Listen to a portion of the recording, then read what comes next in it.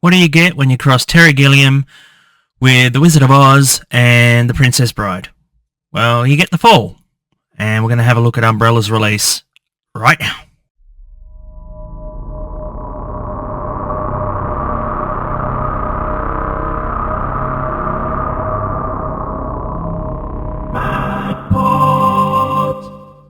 Well, hello me chooks. I got a new 4K release and it is Umbrella's The Fall, and it is an absolutely stunningly beautiful film.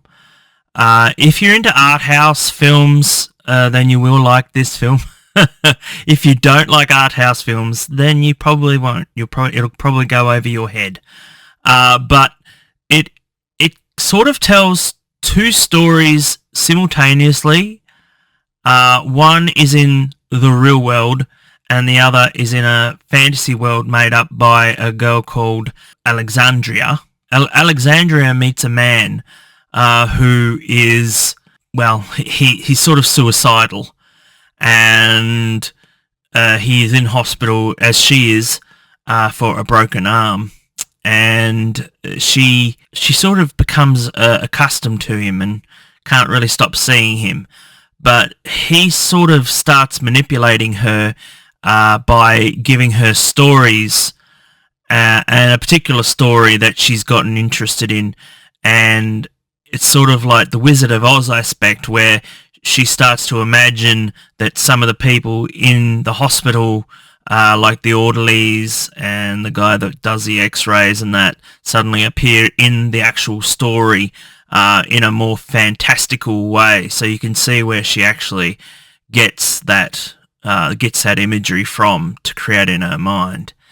And anyway, this film goes on it's a 2-hour film, and it continues on where there is a subtext underneath it about Roy, who is the gentleman that's telling the story, played by Lee Pace, by the way, who was fantastic he's sort of a really underrated actor. He was in Pushing Daisies, and he was also in the Guardians of the Galaxy, and he was also in The Hobbit as well, as one of the elves.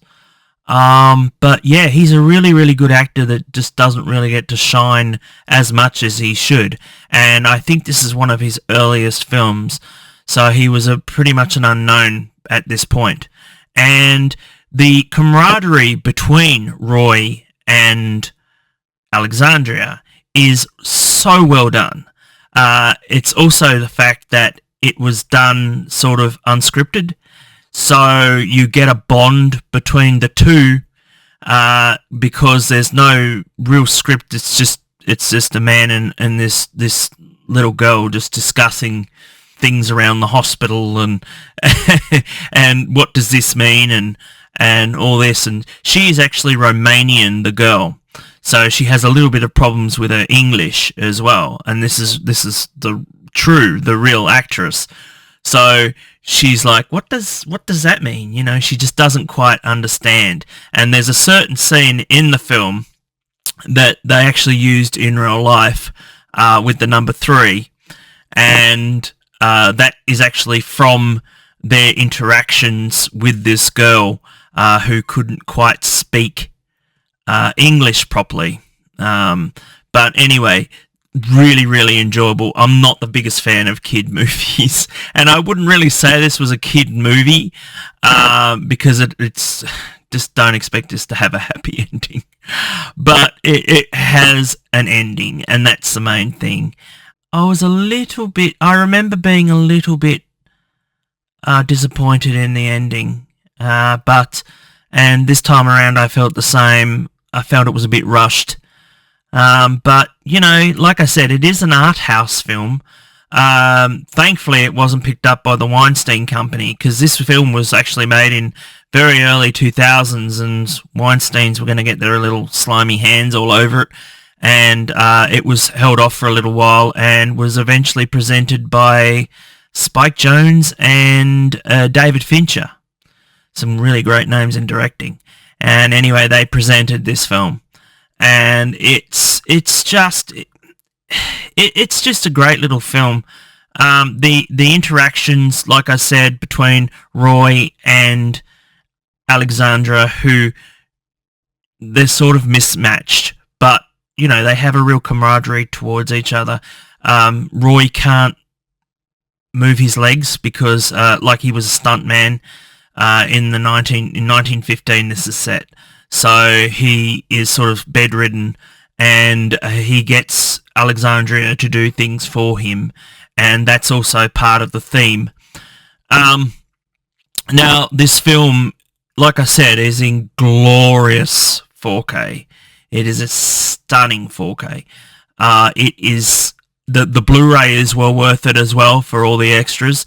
This also comes with commentaries by Lee Pace and the people behind the movie, and it's just sad that this film hasn't been shown as widely. It's a very difficult film to get a hold of, especially with Blu-ray.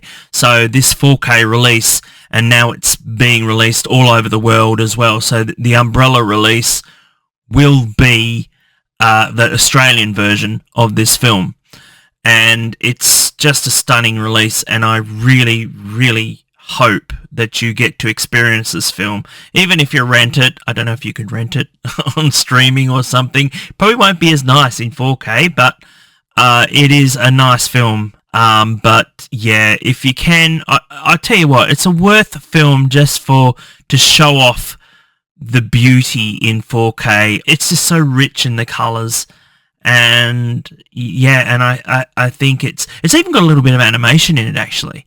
So, stop motion animation, very, very Tim Burton-esque puppetry animation from maybe the 1970s even.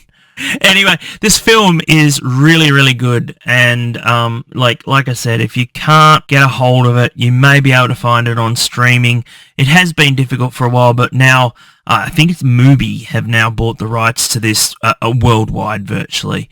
So you should be able to get a hold and just watch it. You know, if you've got 2 hours free, watch it.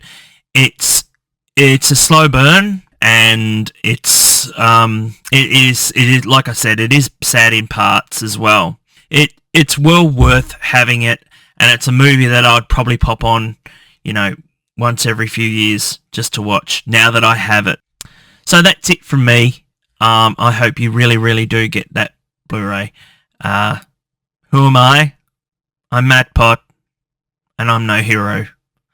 I'll see you next time.